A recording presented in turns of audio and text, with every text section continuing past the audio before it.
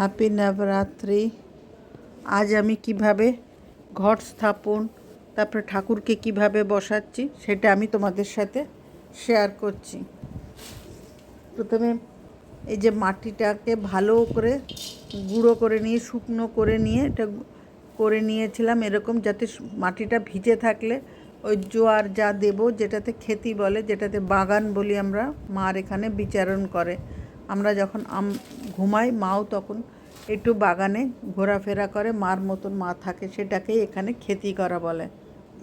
এর উপরেই সব কিছু নির্ভর করে, কেমন যতটা জোয়ার এগুলো দিয়ে যতটা গাছ উঠবে ততই তোমার সব বলে সংসারে তত ভালো হয়।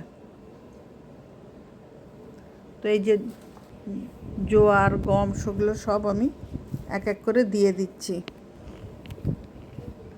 একটু করে উপরে দিচ্ছি, আবার মাটিটার মধ্যে একটুখানি উপর নিচ করে দিচ্ছি, আবার একটু দিচ্ছি, এরম করে করে করে করে পুরোটাই করে রাখলাম।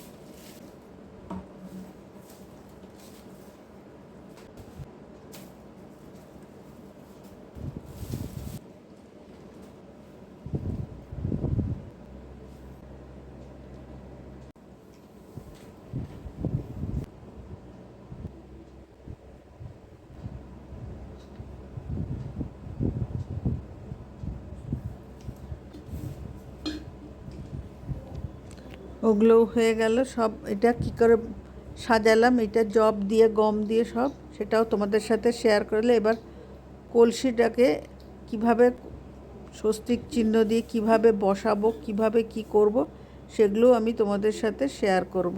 আর ওই যে মাটিটা দেখছো, যেটা মাটিটাকে এটা গঙ্গার মাটির করে নিয়েছি আমি, ওটার তার এতে ওর উপরেই আমি আমার কলসিটাকে বসাবো।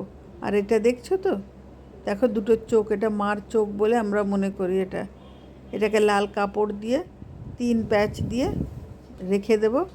আর একটা ছোট্ট একটা বাটি দেখবে তোমরা, এরপরে একটু পরে একটা ছোট বাটির মধ্যে চাল দিয়ে তার উপরে আম পাতা সব দেব, দিয়ে তার উপরে নারকেলটা বসাবো ওই চালটার উপরে, বাটির মধ্যে চালটা যেটা থাকে। আর এই কলসির মধ্যে কি কি দেব বলো তো? ওর মধ্যে দেব হলো দুব্বো, গঙ্গার জল, 7 সমুদ্রের জল, এলাচ, দারচিনি, লবঙ্গ, হলুদ সব দিয়ে একসাথে ওটা করে রাখবো। আর এটা এই কলসির গলাতে যে উপরটাতে যেখানে স্বস্তিক চিহ্নের উপরের ওখানে ওরম 3 প্যাচ দিয়েই রেখে দেবে। এটাতেও যেমন দিচ্ছি ওগুলোতেও দেবে। এটা যেহেতু একদম কোনো খাঁজ নেই, তাই জন্য এটাকে এরম করে শেপ নিয়ে নিচ্ছি কতটা হচ্ছে, তারপরে বাটির ওখানে রেখে দেব। এটা 9 দিন থাকবে। তারপরে দশমীর দিন ঘট বিসর্জন, এগুলো সব বিসর্জন হয়ে যাবার পরে যে সুতোটা থাকে, এটা যে চায় তাদেরকে আমরা দিয়ে দিই, বা পরিবারের হাতেও আমরা বেঁধে রাখি।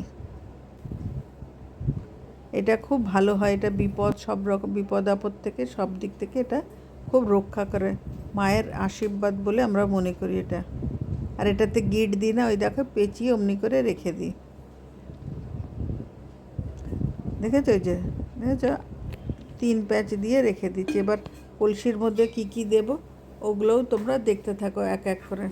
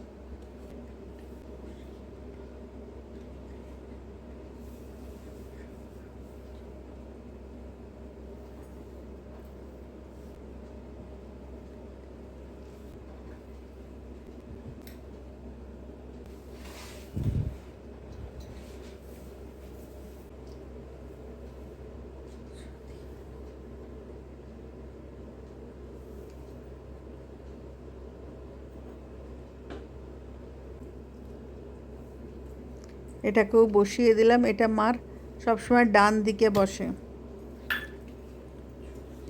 ঘট আর এটা বসানোর পরে তারপরে আমি মাকেও বসিয়ে দেবো আসনে।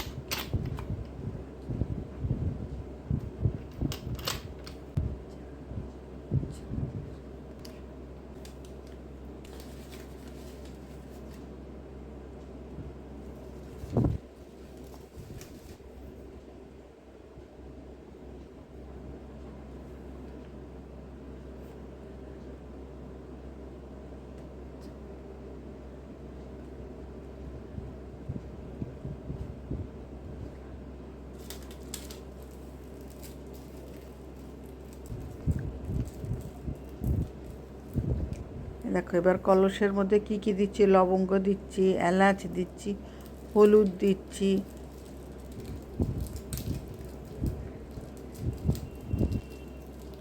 সব রকম এক এক করে দিতে থাকছি।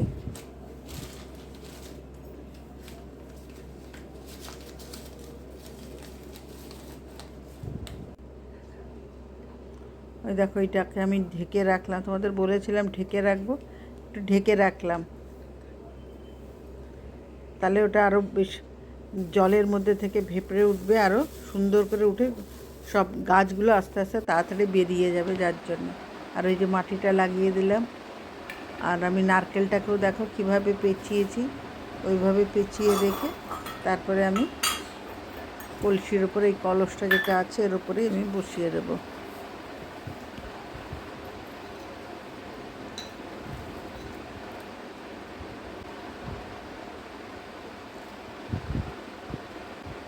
পাতাগুলো অতটা ভালো আনিনি, তাই জন্যে আমি পাতাটাকে সুন্দর করে একসাথে করে একটু বেশ বড় করে সুন্দর করে করে দিয়েছি। আর ওই যে বাটিটা দেখছো, তামার বাটিটা, ওর মধ্যে আমি একটু আতপ চাল, একটা টাকা সব দিয়ে এই কলসিটা হয়ে গেলে, কলসির যা যা কাজ আছে সব হয়ে গেলে তার উপর ওটা দিয়ে নারকেলটা বসিয়ে দেবো। আর কলসির মধ্যে কি কি আছে, এই দুব্বো আছে, একটা টাকা আছে, এলাচ আছে, দারচিনি আছে, লবঙ্গ আছে, সব আছে। এই দেখো এরম করে আমি পাতাটাকে ছড়িয়ে দিচ্ছি, দিয়ে তারপরে ওর মধ্যে একটু চাল দেব বাটিটার মধ্যে, তারপরে এটা কলসটা আমি এটা নারকেলটা আমি বসিয়ে দেবো আস্তে আস্তে।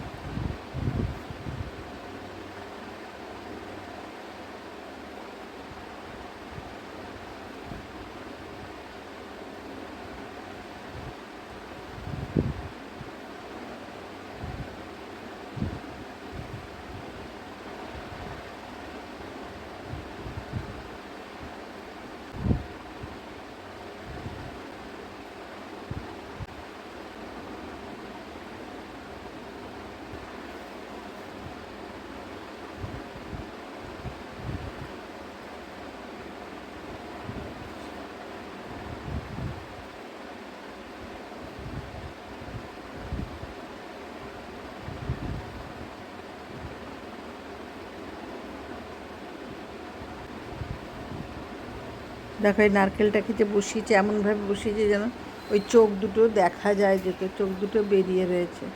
এবার আমি আস্তে আস্তে এই ঘরটাকে, ঘট বলো কলসি বলো, এটাকে এখানে বসিয়ে দিলাম। এটা মার ডান দিকে থাকে।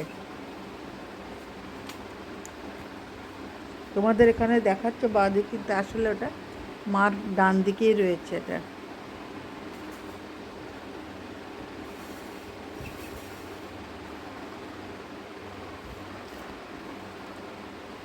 এবার দেখো এক এক করে আমি কী করছি, দেখো এটাকে ঠিক করে বসাচ্ছি যাতে কারণ 9 দিন ঠিকঠাকভাবে থাকতে পারে, তার জন্যে সুন্দর করে তার থাকে। দেখো দেখতে কি সুন্দর লাগছে না বলো? আর দেখো চোখ ধরে দেখাচ্ছে, মা যেন দেখছে আমাদেরকে এরমভাবে। এই আমার ঠাকুর আমি বসিয়ে দিলাম। এটাও আমার ডান হাত, কিন্তু এটা ভেবো না যে বাঁ হাত। লাল যে চুড়িটা ওটা ডান হাতে পরা রয়েছে। এই মাকে বসিয়ে দিলাম।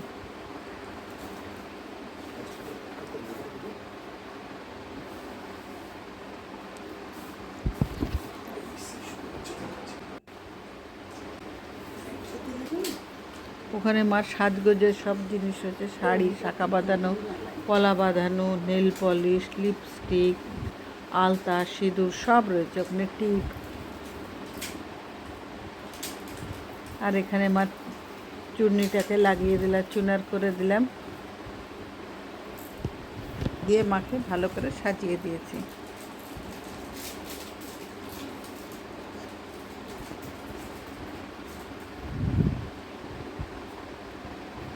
দেখো আরও অনেক কিছু করব, কি কি মানে পুজোতে ঠাকুর বসাতে গেলে কি কি করতে হয় সেগুলো তোমাদের সাথে এক এক করে আমি শেয়ার করছি, তোমরা দেখতে থাকো। দেখো নেল পালিশ, শাঁখা বাঁধানো, পলা বাঁধানো, মার এখানে চিরুনি আছে, চুড়ি আছে, সব আছে এখানটায়। ওই দেখো মার এইটাতে, এটাও তো মারই একটা রূপ। ওখানে দেখো একটা হার পরিয়ে দিচ্ছি মাকে। এবার তোমরা দেখো ওখানে মার ওই আসনের ওখানে কিভাবে আমি সব কিছু দিয়ে সাজাচ্ছি, সেটাও তোমরা আস্তে আস্তে দেখতে থাকো। মার মালা পরানো হয়ে গেছে, তো এবার দেখো ওই যে লাল যে কাপড়টা, ওর উপরেই মাকে দেখো কি সুন্দর কমল ফুলের মতন একটা, পদ্ম ফুলের মতন ছোট্ট একটা আঁকবো আমি। কিভাবে দেখো কিভাবে আঁকছি সেটাও তোমরা দেখতে থাকো।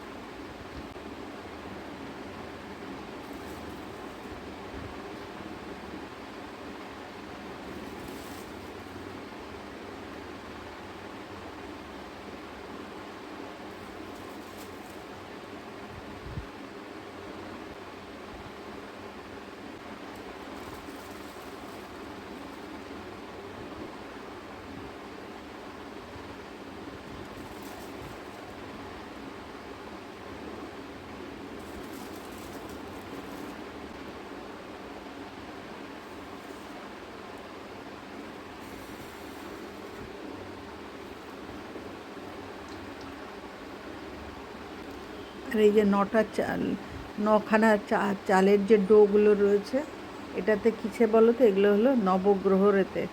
তার উপরে সুপুরিগুলো আমি দিয়ে দিচ্ছি, আর একটুখানি ওই দড়ি দিয়ে পৈতের মতন করে দেবো। ওটা সব তোমরা এক এক করে দেখতে থাকো।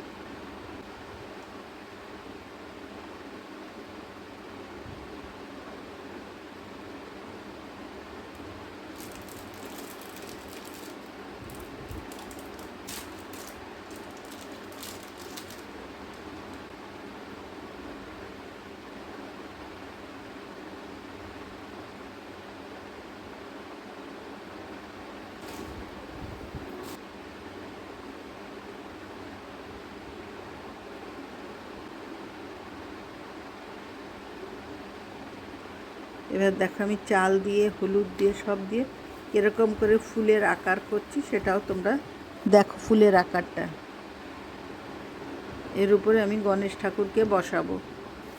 এখন এটা রেখেছি, গণেশ ঠাকুরটাকে আমি পরে এনে বসিয়ে দেব। এখন খালি ফুলটা বানিয়ে রাখছি।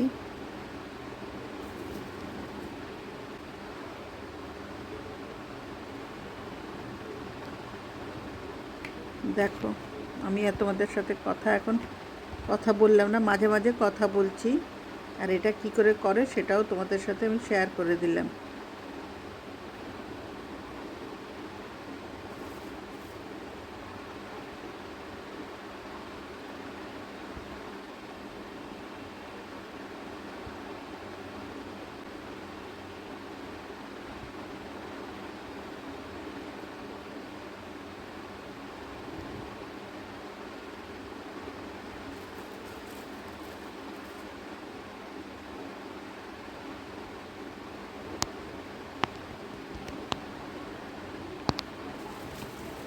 ঠিক আছে, চলো এই ফুল সব দেখিয়ে নিলাম, কীভাবে ঘট স্থাপন করলাম, মাকে কী করে বসালাম সেটা তোমাদের সাথে শেয়ার করে নিলাম। তাহলে নেক্সট ভিডিওতে দেখাবো প্রথম দিন কিভাবে মাকে পুজো দিই, কী দিয়ে পুজো দিই, মার প্রথম ভোগ কী হয় সেটাও তোমাকে এর পরের দিন তোমাদের সাথে আমি শেয়ার করব। ঠিক আছে, চলো টাটা। তোমরা সবাই ভালো থেকো, সুস্থ থেকো।